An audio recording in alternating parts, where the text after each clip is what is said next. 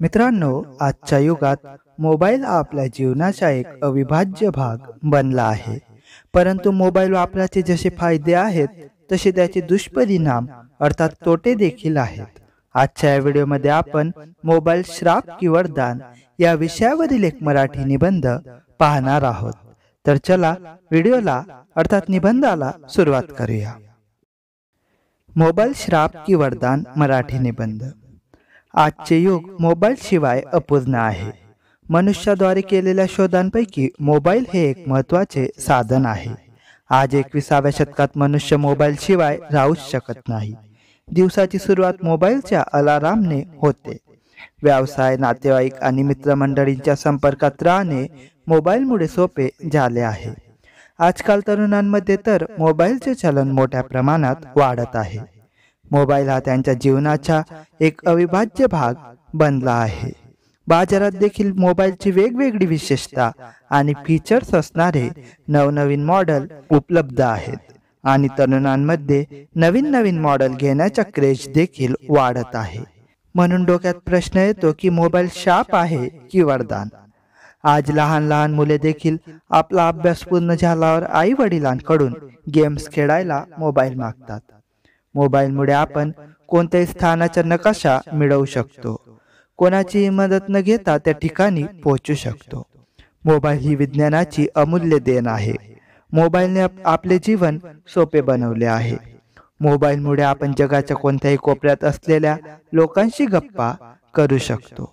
Video कॉलिंगच्या माध्यमातून दूर असलेल्या नातेवाईकांना आपण जसेच्या तसे पाहू शकतो. मोबाईलमध्ये रेडिओ आणि MP3 प्लेअर सारखे फंक्शन्स असतात. यांच्या मदतीने आपण गाणे व बातम्या ऐकू शकतो. मोबाईलमध्ये कॅल्क्युलेटरचे फंक्शन देखील असते. म्हणून आता हिशोब करण्यासाठी सोबत मोठे कॅल्क्युलेटर सांभाळण्याची अजिबात गरज नाही. मोबाईलच्या मदतीने आपण केव्हाही आणि कुठेही कॅल्क्युलेटर वापरू शकतो. आजकाल अनेक लोक मोबाईलमध्येच व्हिडिओ आणि मूव्हीज पाहतात. यासाठी ते YouTube ॲपचा वापर करतात. थोडक्यात सांगायचे झाले तर मोबाईलने संपूर्ण जगाला त्यात सामावून घेतले आहे. मोबाईलमध्ये असणाऱ्या कॅमेऱ्याद्वारे आपण सुंदर फोटो काढू शकतात.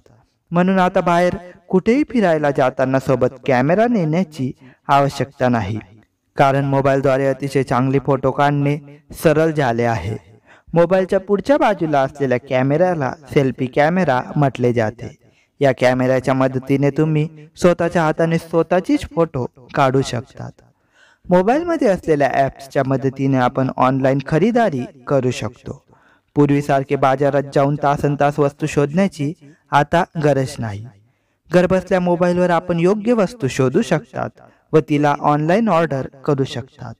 पैसे पाठवण्यासाठी देखील आता बँकेत जाण्याची आवश्यकता नाही. मोबाईलमध्ये असलेल्या ऑनलाईन पेमेंट ॲपच्या मदतीने घरबसल्या आपल्या बँक खात्यातून पैसे पाठवता येतात. मोबाईलचे खूप सारे फायदे आहेत. जर कोणाला तत्काळ मदत हवी असेल तर इमर्जन्सी नंबर जसे पोलीस, ॲम्ब्युलन्स यांना फोन करून बोलवता येते. सध्याचे युग हे सोशल मीडियाचे युग आहे. दररोज लोक सोशल मीडियावर आपले फोटो टाकत असतात. कमेंट्सच्या माध्यमाने एक दुसऱ्याच्या फोटोबद्दल कमेंट पण करतात. अशा भरपूर पद्धतीने आज मोबाईलचा वापर केला जात आहे. मोबाईलचे अनेक फायदे आहेत, पण याचे काही दुष्परिणाम देखील आहेत. मोबाईलद्वारे ब्लॅकमेलिंगचे प्रकार खूप वाढले आहेत.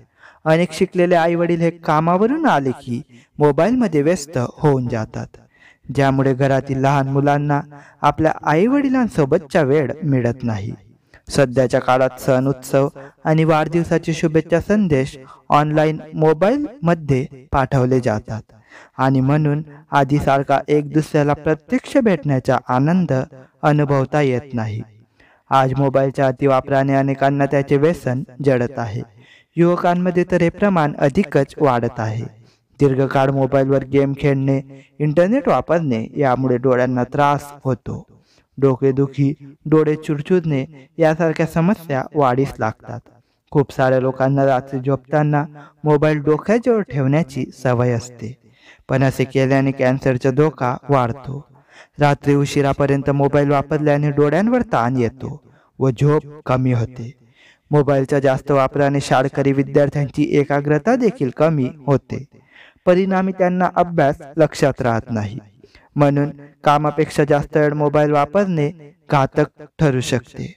यात शंका नाही की मोबाईल वापराचे खूप सारे फायदे आहेत व आजच्या युगात मोबाईल एक महत्त्वाचे साधन देखील बनले आहे.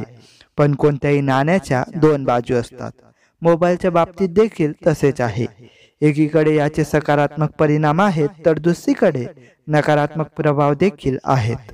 म्हणून मोबाईलचे फायदे आणि तोटे तरुण पिढीला समजावून सांगणे महत्त्वाचे आहे.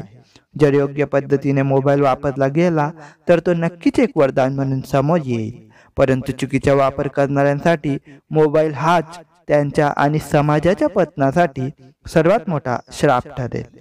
धन्यवाद.